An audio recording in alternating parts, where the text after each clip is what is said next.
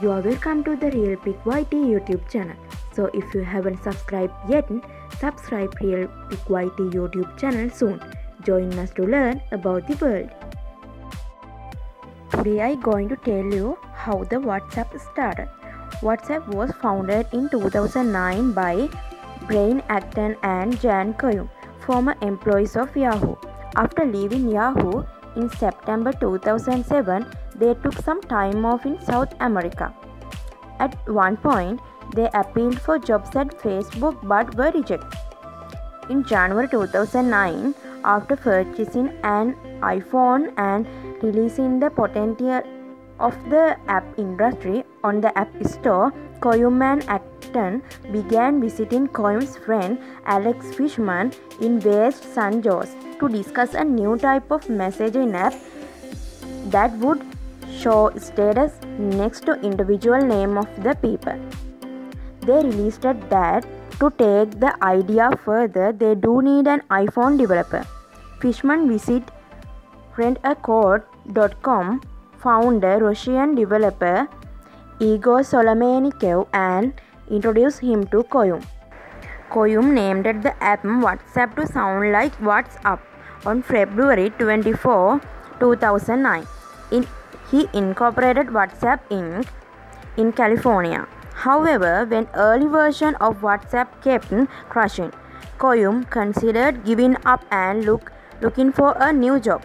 Acton encouraged him to wait for a few more months.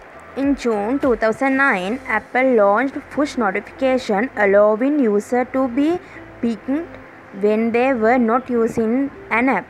Koum changed WhatsApp so that when users stated in changed, everyone in the user's network would be notified.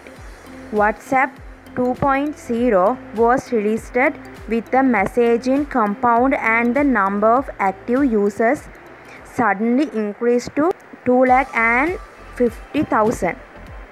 Although Acton was working on another startup idea, he decided to join the company. In October 2009, Acton pressured few former friends at Yahoo to invest 250,000 in seed funding, and Acton became a co-founder and was given a stake. He officially joined WhatsApp on November. After months at beta stage, the application launched in November 2009 exclusively on the App Store for the iPhone. Koum they hired a friend in Los Angeles, Jerry Pfeiffer, to develop a BlackBerry version, which arrived 2 months later. To cover the primary cost of sending verification text to use, WhatsApp was changed from a free service to be a paid one. In December 2009, the ability to send photos was added to the iPhone version. By early 2011, WhatsApp was one of the top 20 apps at Apple's US App Store. In April 2011, Sequoia Capital invested about $8 million of more than 15% of the company. After months of negotiation with Sequoia partner Jim Ghost, by February 2013, WhatsApp had about 200 million activities used and 50 staff members. Sequoia invested another $50 million and WhatsApp was valued at $1.5 billion. In a December 2013 blog post, WhatsApp claimed that 400 million active users use the service each month. In May 2019, WhatsApp was attacked by hackers who installed spyware on a number of victims' smartphones. The hacker, allegedly developed by Stryve surveillance technology firm NSO Group, injected malware into WhatsApp users' phones via remote exploit built in the app's voice over IP calling function. A Wired report noted the attack was able to injure malware via calls on the target phone, even if the user did not answer the call.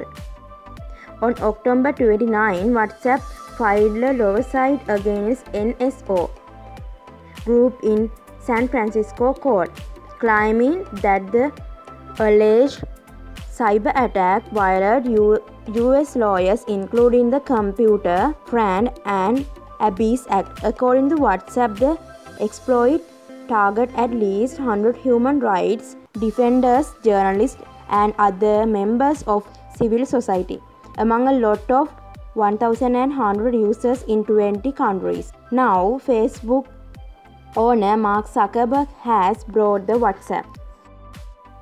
I think you enjoyed this story, so stay with us to find out what you didn't know about this world. And don't forget to subscribe Real Pic YT YouTube channel. Have a nice day.